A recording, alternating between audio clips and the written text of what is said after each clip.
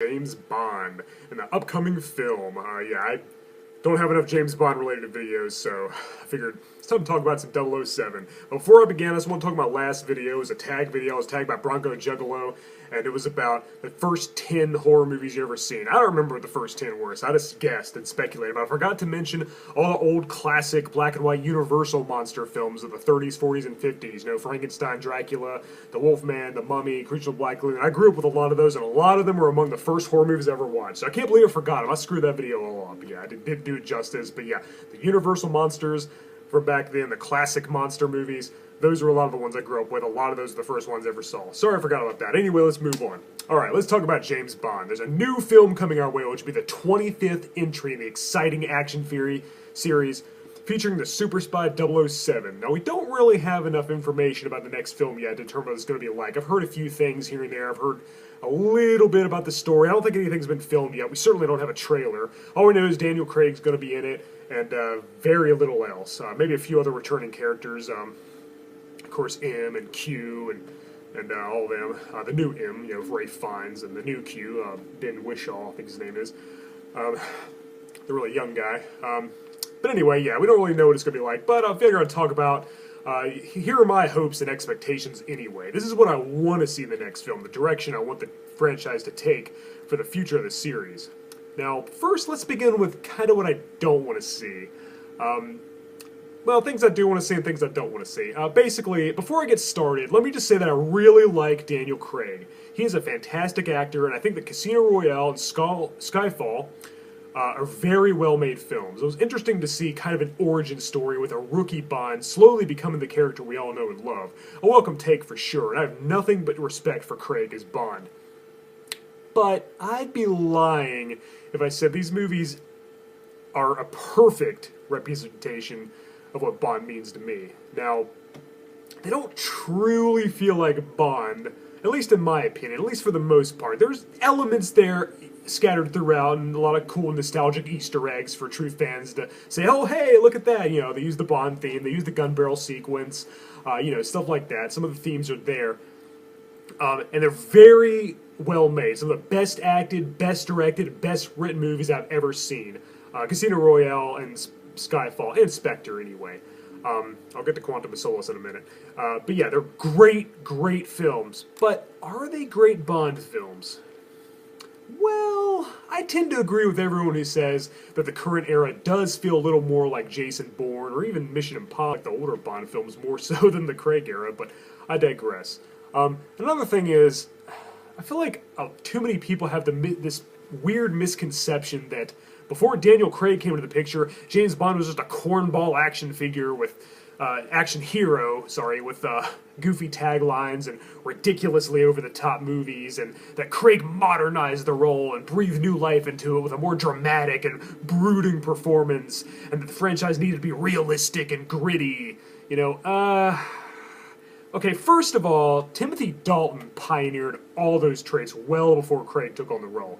His two films were way darker, more violent, and more grounded than the previous ones were. But anyway, let's move on. Let's talk about the future and the current era. Another thing that people seem to exaggerate is how corny those old films actually were. Now, Connery's era had a great amount of seriousness without ever getting too grounded and, you know, too dramatic, which would have been boring, you know. And he wasn't as flawless as people remember either. He did make mistakes from time to time. He wasn't like an invincible superhero, you know, that people make him out to be. He was still very competent and always got the job done, but, you know, people seem to remember it a little, their memory seems to be a little inaccurate, you know. But then again, that's sort of what Bond was all about, right? It's not supposed to be real life. I expect to see whimsical cars and weapons and gadgets with Bond spouting witty one-liners and surviving things that no ordinary person could, you know. Q constantly berating Bond for being so destructive and careless, even though he always gets the job done. You know, and M giving Bond his assignment and, you know, making jokes about what a womanizer he is and stuff, you know, over-the-top villains with odd henchmen, you know, with like some weird thing wrong with them or something that makes them more than human, and world-ending plots, These are the sort of things that made this movie so fun and memorable, It doesn't have to be The Godfather or Gone with the Wind or Schindler's List. I don't need a movie to change my life or be in awe of, how dramatic it is. When I go to the movies to watch a James Bond film, I want to leave the theater wishing I was him, not feeling sorry for him. I don't understand why dark and brooding automatically means better these days. Hell, the first few DCEU movies get an endless amount of crap for doing just that. And rightfully so. I don't want to see a depressed and morose Superman, pouting in the rain, just like I don't want to see a tortured and overly vulnerable Bond. Again, Casino Royale and Skyfall are very competently made. Some of the best movies I've ever watched. They're in my top 10 favorite Bond films. When I first saw Casino Royale, I was expecting to be disappointed in the new actor who, he was shorter. Most of the other Bonds have been like 6'2", around 6'2". He's like, what, 5'9"? I'm taller than him. I tower over Bond. That's kind of weird, but that's okay. I digress. He was short, he was blonde, he was more rugged looking than all his predecessors, but I was pleasantly surprised at how great of a movie it was. And I just told myself, this is a young Bond who hadn't quite found his niche yet. All those other traits will come. He's just like in training. He's just learning. It's like kind of like Bruce Wayne before he became Batman. And then Quantum of Solace came, and it was just more of the same, but much, much less. Yeah, no cool cars, no awesome gadgets, no interesting villains or Bond wisecracks, too many overly dramatic and emotional scenes with choppy editing and poorly choreographed action, and then again, I've only watched that movie once, maybe I should get another chance, but whatever. Anyway, then Skyfall came, and it was almost as good as Casino Royale. It even features the more traditional scarred villain with an over-the-top motivation, backstory, and master plan. Brilliantly written, tongue-tied. Brilliantly written and engaging movie. That's all great. I loved it. But I still feel like there was something missing. So then Spectre came, and it actually felt like a traditional Bond film. It lacked the grim cheerlessness of the first two Craig movies and reintegrated several of those classic Bond elements. It even had that strong and nearly invincible, somewhat cartoonish henchman character in Mr. Hinks, or at least the closest thing to a Jaws or Oddjob that the Craig era has come to. And of course the long-awaited return of the Eagle organization, Spectre, run by the one and only Bond arch-nemesis Ernst Stavro Blofeld. Now, Christoph Waltz is no Donald Pleasance or Telly Savalas, but he did a commendable job. Better than Charles Gray, at least, Not depicted quite as well as Le Chiffre or Rael Silva, but he was still exciting. It was still very exciting to see the character and his organization in official entry for the first time since Diamonds Are Forever.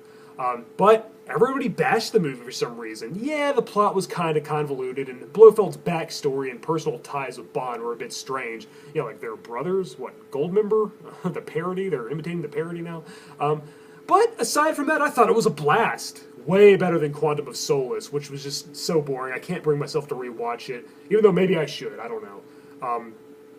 But not too many other people felt the way I did about Spectre, I guess. I loved it. I felt like a true Bond film.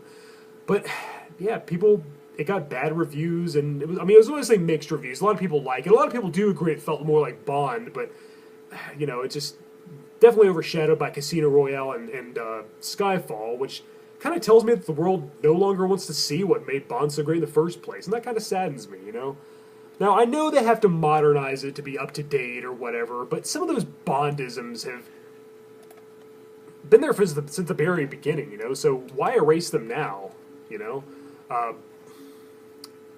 I loved Pierce Brosnan as Bond. He's my third favorite after Connery and Moore. He really felt like the perfect successor to the role that originated with Connery. Now, with the exception of GoldenEye, which I find excellent, the other Brosnan films might have suffered from having that big budget, summer blockbuster popcorn feel. Maybe a little style over substance. Die Another Day may have been the biggest offender for this, and it's usually regarded as the worst Bond film, but I can still find enough things to like about it. And I will admit, yeah, Craig's movies, aside from Quantum of Solace, are probably better than Brosnan's, with the exception of maybe GoldenEye, but I still feel like Brosnan felt more like the traditional Bond to me. Even Roger Moore's era, which was, of course, more lighthearted and cheesy and, kind of got downright silly at times. He even, you know, bordered on, it kind of felt like a cartoon in comparison to what came before and after. But I still love them, and Moore is my second favorite Bond after Connery, like I said. Craig's films are better made, don't get me wrong, but I still feel like the Brosnan and Moore eras are a little more reminiscent of everything I loved about Bond in the first place. That said, I'm still looking forward to the next film, and I've really liked what I've heard so far. But, you know, I'm holding out hope to see some of the more well-known tropes that the series has become famous for. So, yeah, I'm trying to find out. I heard that there was going to be a title drop sometime this week. I don't think there has been yet. Yeah, I can't wait till they reveal a title. I hope they don't just call it Bond or something stupid like that. But anyway, yeah, I really want to see some of the, you know, the Bondisms. You know, I want to see Craig's Bond really feeling like Bond. I want to see him making quips when he takes out an assassin and driving cars that have extraordinary weapons built into them while battling colorful villains and meeting beautiful women with innuendo-inspired names that are double entendres, you know. I want Craig's complex and layered Bond to come full circle, a transformation from the more human and unstable character with plenty of scars that we've seen to the more cocky, brash, and overconfident ladies' man that we know Bond to be. So basically, to wrap things up, that's just what I want to see in Bond 25. You know, return to the more familiar roots of the franchise while still putting a modern twist on things that reflects the more current times, for sure. I don't have no problem with modernizing it, you know, making it more contemporary, but without taking away the things that made Bond so great to begin with. You know, stay true to the roots. And don't get me wrong, like I said, there are plenty of awesome Easter eggs and nostalgia in the Craig films that Bond fans will definitely grin at. You know, for sure, and I definitely appreciate that. As I said, Casino Royale and Skyfall are great films. I think Spectre's a great film, too. Most people disagree. I think it's great. But anyway, I am really excited for Bond 25, no matter what. And as long as we get a quality film, I'll still enjoy it, but I'm hoping it'll feel new and refreshing, but at the same time reminding me why I watch these films in the first place. It could be really well made, and you know, and you know, of course, I want it to be well made. I want it to be well directed, well acted, well written. But I wouldn't, you know, I wouldn't complain if it was a little more, had a little more of a campy, you know, slightly more unrealistic approach, and kind of went back to the more action hero things. You know, the Brosnan films are pretty much the polar opposite of Craig's films. You know, maybe the Brosnan films are a little too extreme and too out there and too unrealistic and too cheap and, you know, the thrills. Maybe the Craig films are a little too grounded and too depressing. We need a happy medium, something in between, and that's what I want for Bond 25. Because this will probably be Craig's last time playing the role. We might not see him again, so I really want to see Craig as James Bond, the James Bond. And he came very close in Spectre, like extremely close. But again, people criticize that film, so I don't know. Anyway, this Bond fan is very excited for Bond 25. Let me know what you guys think in the comments about Bond. Let me know what you want to see in the next film. Let me know if you're excited for it or not. Let me know if you agree with me. I mean, am I just a raving lunatic? Am I just rambling about nonsensical BS, or do I have a point, or what? You know, do you agree, disagree? Who are your favorite Bond actors? Mine's Connery, of course, number one. Nobody can come close to Connery. And I really like Craig. He's really grown on me. But anyway, that's what I want to see. All right, guys. Well, I guess that about wraps it up. I'm Lord Hellhound. Thank you for watching my horror metal channel. Long live 007. I'm gonna go watch You Only Live Twice right now. All right, guys. Later.